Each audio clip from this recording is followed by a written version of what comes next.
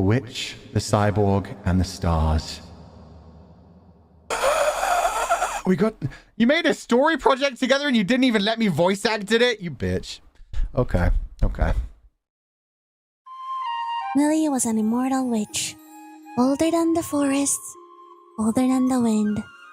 She had seen kings rise and kingdoms fall, but Millie stayed the same. Aww. She never parted with anything that did not come back.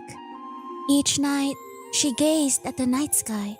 The stars glittered, stretching across the horizon. She never wondered how they came to be. She just thought that it was beautiful. And that was enough. Driven by a fleeting boredom, Millie decided to chase after a rainbow. It stretched across the sky, bright and strange. At the end of the abyss, she found him. Laying on the grass was a man whom she did not know. Yeah, he looks so cute. His arms, he's so shiny baby. metal, but with the kindest eyes. It looked as if he'd stumbled out of a different time. Immortality had taught Millie not to be easily surprised. Vulgar, he said. Millie held his hand, cool and smooth, but warm somehow. They became friends. Aww. They cooked together and burned everything. They proceeded to go on a little expedition to a different place full of fantasies. Vulgar called them adventures. He never completed any, except one. Wait, what? Vulgar showed her movies, a technology from the future. Stories on a softly glowing screen. Oh my god. Millie thought it was magic. They laughed, they cried, they analyzed. To her, every day felt new. To him, every day felt full. Damn straight. Their little world soon expanded. Soon, they made new friends too. Vulgar came home one day, Oh accompanied by a no! friendly dog. Then, a quiet little sheep. The seasons change, but they stayed together. Warm meals, shared stories, a gentle kind of forever. Oh A quiet, my god. enduring happiness. Then one morning, Vulgar moved a little slower. His No! glow, a little dimmer. I'm just tired, he said, with a small smile. Oh shit. Millie believed him. She didn't see anything more than the tiredness in his fading light. Oh. Worried gnawed at Millie.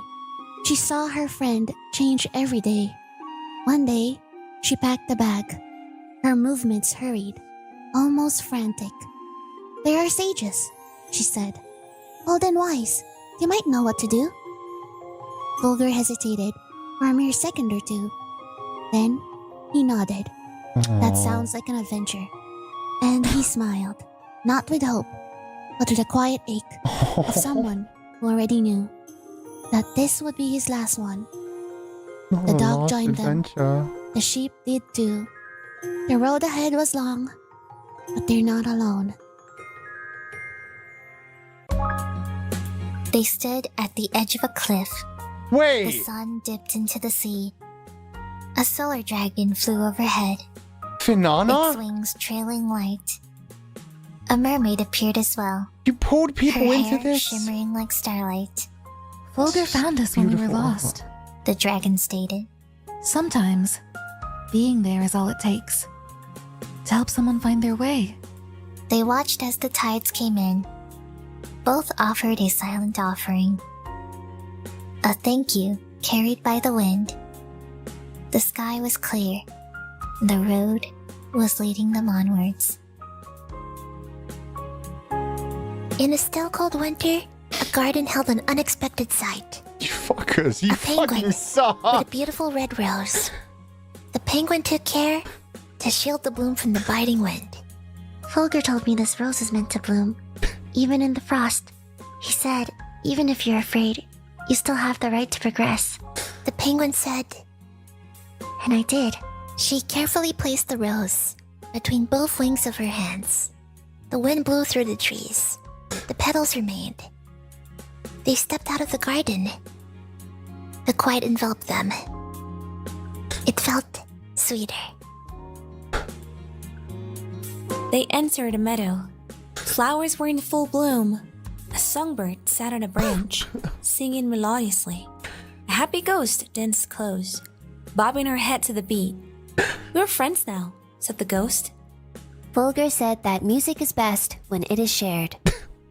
Once upon a time, I was a lonely bird, singing to the skies. Now we make songs together. The ghost spun in the air.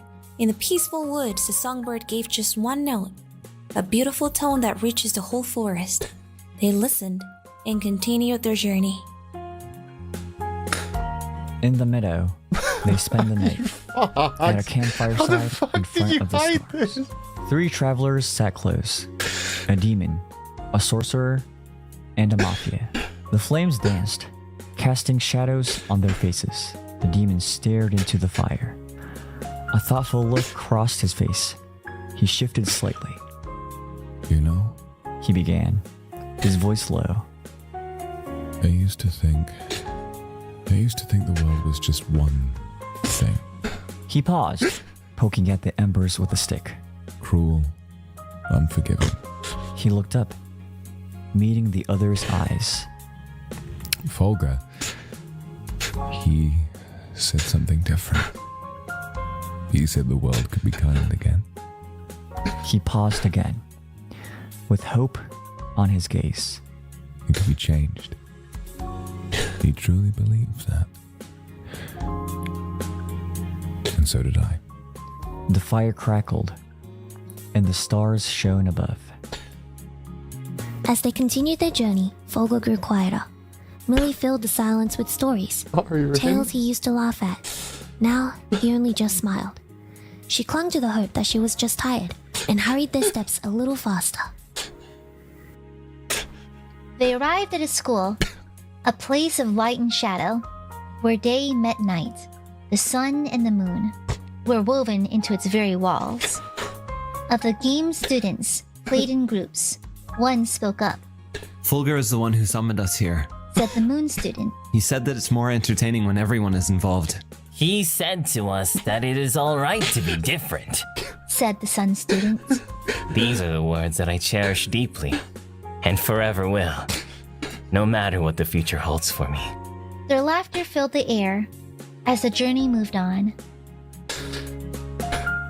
They met a small group on a grassy slope. An ex-hitman, a healer, an ace, and a cleric. They knew them from somewhere. The ace smiled. Fulgur said we all grow at our own pace. There's no right or wrong way of life, and it's okay to take our time, to learn and try again. We're not racing anyone else, and that's okay. More than okay. They listened to the ace and took those words to heart.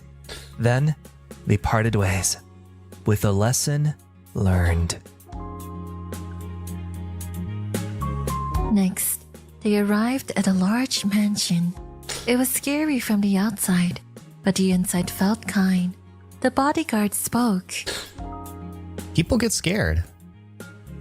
But Fulgur saw through our silence. He said, being soft does not mean being weak. He stayed, even when it was not easy. The house was not scary at all. It felt warm. It gave a sense of being appreciated. They had tea with the residents, and soon they left the warm house, carrying a new understanding of strength and gentleness. A place was being built, and they found 4 young men debating over who is to dip the brush in the paint. We are still in the process of developing, month, man. A man said. But Fulgur said that we will not get all the answers at once. He believed in small steps. He said that community begins with listening. Their space was new, but yet full of passion, where new steps towards learning yourself were protected. That night, they decided to make a halt under the stars. The dog curled beside Millie. The sheep curled near Fulgur. Millie stared up at the sky. I like the stars, she said. You're always there, even when I forget to look. Fulgur looked up, then pointed to the moon. I like the moon more. It's reflective. It has no light of its own. Fucking He smiled. no! It borrows light, and it shines I already back. said that like 3 weeks Lily ago. didn't say anything, but in her heart, she thought, during this adventure, everyone sees him as a guiding star. She just sat closer and watched the stars with him that night. The next morning, they head towards the sages of the future. Morning came. They arrived at the first sage. I am the sage of Ah, righteousness. you fuck! Lily moved closer, holding hope, like it was the only thing that could save her. Can you save him? The sage stared at Fulgur with a long and unbroken gaze. There's no way I can prevent what is going to happen, He stated. but I can tell you what you have done. He approached Fulgur and put a hand on his chest. You provided light to those in the dark before they could even ask. You gave a platform to the voiceless. You remained selfless even when your work was not noticed. That's already more than many will achieve in a whole lifetime. You taught others that strength is not always about being seen. It's about showing up anyway. Fulgur's lips opened slightly, as if he wanted to answer, but no words came. The sage bowed his head. You were enough. You always were. They left quietly and continued on. By midday, the second sage was located. I am the sage of happiness. Of course Lily you asked the fucking sage, are. Is there still time? Her voice was smaller now. The sage knelt beside Fulgur.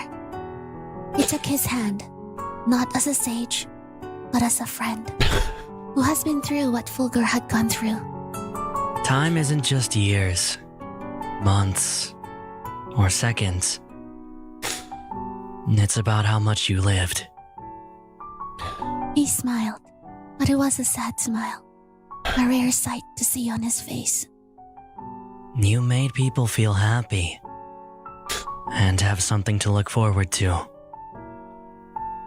Even when you were tired, even when you were breaking, you told them that laughter still belongs to the weary, and grace, even short-lived, is something sacred.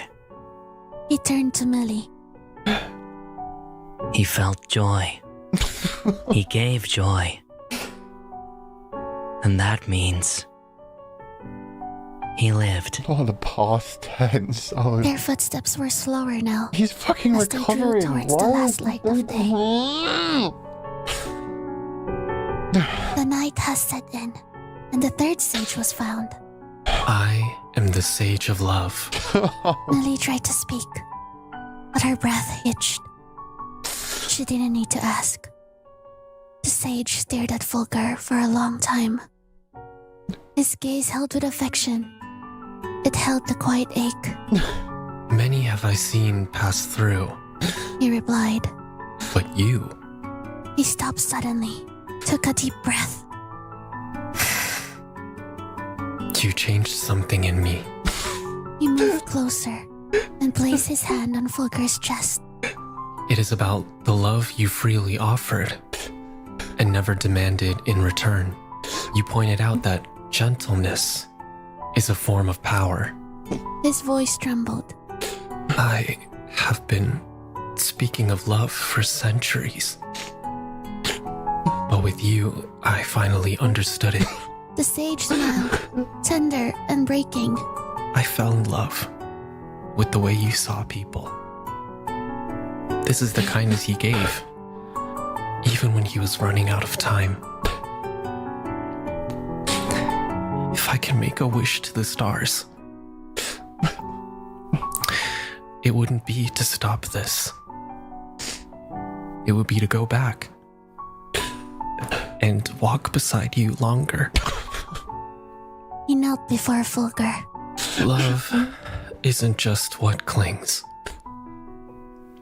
It's what remains and grows even after goodbye.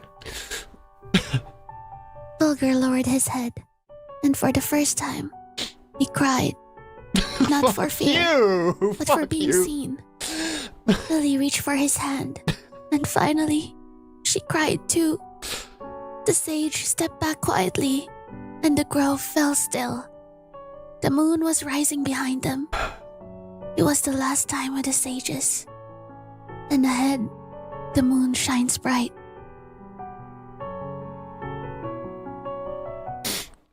The wind picked up. The road ended. Fulgur sat down slowly. He looked tired, but at peace. Millie watched him, uncertain. I'm sorry. I thought this journey would find a cure, but it only ended up draining you even more. Oh, that was a good journey. Fulgur smiled kindly. A sad smile. Millie, this journey was everything to me. Each day, each moment was real and beautiful. He cleared his throat. His voice shook. I felt so much. Laughing at burnt dinners, friends who became family, meeting everyone we've encountered. His light was dim, but his eyes shone. The small joys made me happy. I needed them. I didn't know how much until they were here. Millie squeezed his hand, listening to his final words. Fulgur spoke softly, his voice trembling. Even the hard days were special, because I was here, part of it. He breathed slowly. If I could choose again, I'd choose every second. Wouldn't change a fucking thing. All the laughs, even goodbye. His words trailed off. He felt warm. He took a slow breath and didn't breathe again.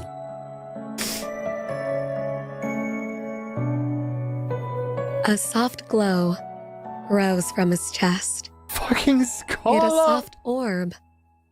It lifted gently, rising higher and higher, up past the trees, beyond the clouds, until the sky held its breath. Then, a star of light shone in midst of dark clouds. Not just a star, but a memory made visible. Bright, steady, and unmistakably him. He had once fallen from the sky, a person from the abyss, and now he had to return to it as something that would never fade away. He wasn't just remembered, he was part of the sky now, the brightest star, a guide, a light. On the grassy hill, Millie sat silently. The dog rested against her side. The sheep rest quietly close. She didn't speak. She didn't need to. She just stared at the sky to address the star and felt its gentle warmth. He was gone, but his story wasn't.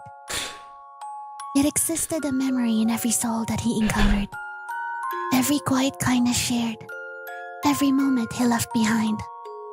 And above them, bright and steady, the stars shimmered again. A quiet reminder that he had never truly left. And a story that everyone will remember. The end.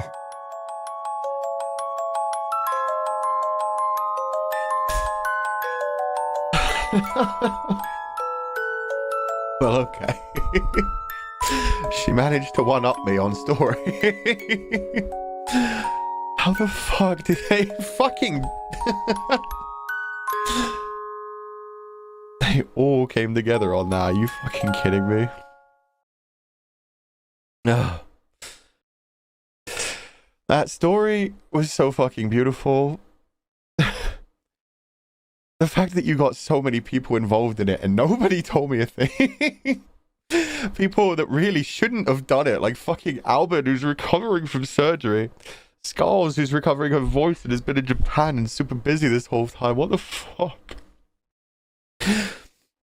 And just the message of it was so beautiful. It wove in like so many of the things that I've been saying, like even fucking recently. The whole like moon thing and the fact that I turn into a star at the end. That was absolutely beautiful. And that was one of the best projects I've ever seen. I didn't expect I'd get anything like that.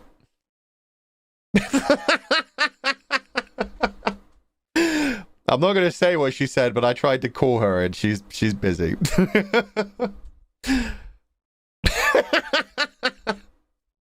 Can I say that on stream? No, but that was so... Okay, she said sure. Her response was, what the fuck? I'm pooping. The coffee is making me shit.